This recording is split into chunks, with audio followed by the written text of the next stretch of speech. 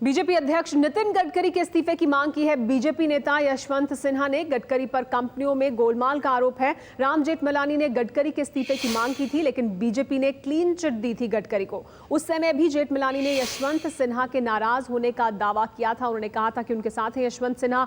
और अब बीजेपी के वरिष्ठ नेता यशवंत सिन्हा ने भी मांग की है नितिन गडकरी को दोबारा अध्यक्ष ना बनाया जाए, उनके इस्तीफे की मांग की है यशवंत सिन्हा ने।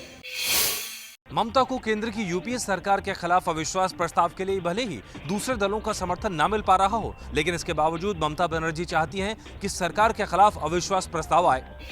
ममता ने कहा कि अगर सीपीएम प्रस्ताव लाती है तो वो उसका समर्थन करेंगी। তাই ইগো করার সময় এটা নয়। সিপিএম দলও যদি নো কনফিডেন্স মোশন নিয়ে আসে, তৃণমূল কংগ্রেস নিশ্চয়ই ভাববে, এবং যদি ইস্যু যদি এক হয় আমার কোনো আপত্তি নেই এমনকি সেই মোশনকেও সমর্থন করতে।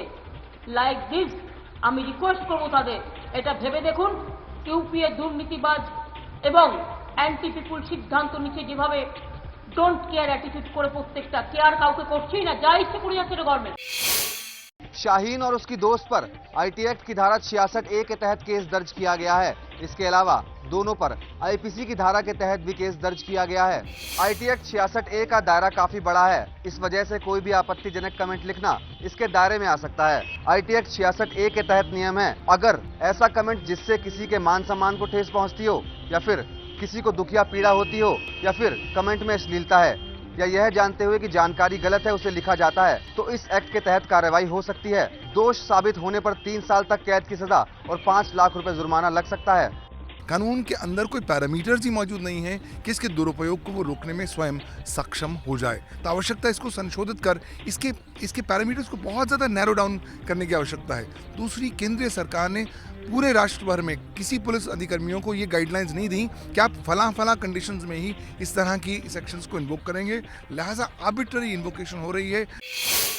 गुजरात के मुख्यमंत्री नरेंद्र मोदी शिवसेना सुप्रीमो बाला साहेब ठाकरे को श्रद्धांजलि देने मातोश्री पहुंचे।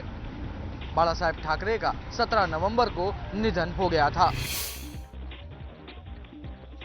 मुंबई की सड़कों से गुजरता गाड़ियों का ये काफिला गुजरात के मुख्यमंत्री नरेंद्र मोदी का है। मोदी ने मातोश्री पहुंचकर बाला साहेब को अपनी श्रद्धांजलि अर्पित की। मोदी ने शिवसेना के कार्यकारी अध्यक्ष और बाला साहेब के बेटे उद्धव ठाकरे से हालचाल भी पूछा। गुजरात विधानसभा चुनाव में व्यस्त होने की वजह से गुजरात के मुख्यमंत्री नरेंद्र मोदी शिवसेना सुप्रीमो बाला साहेब ठाकरे की अंतिम यात्रा में नहीं पहुंच पाए थे।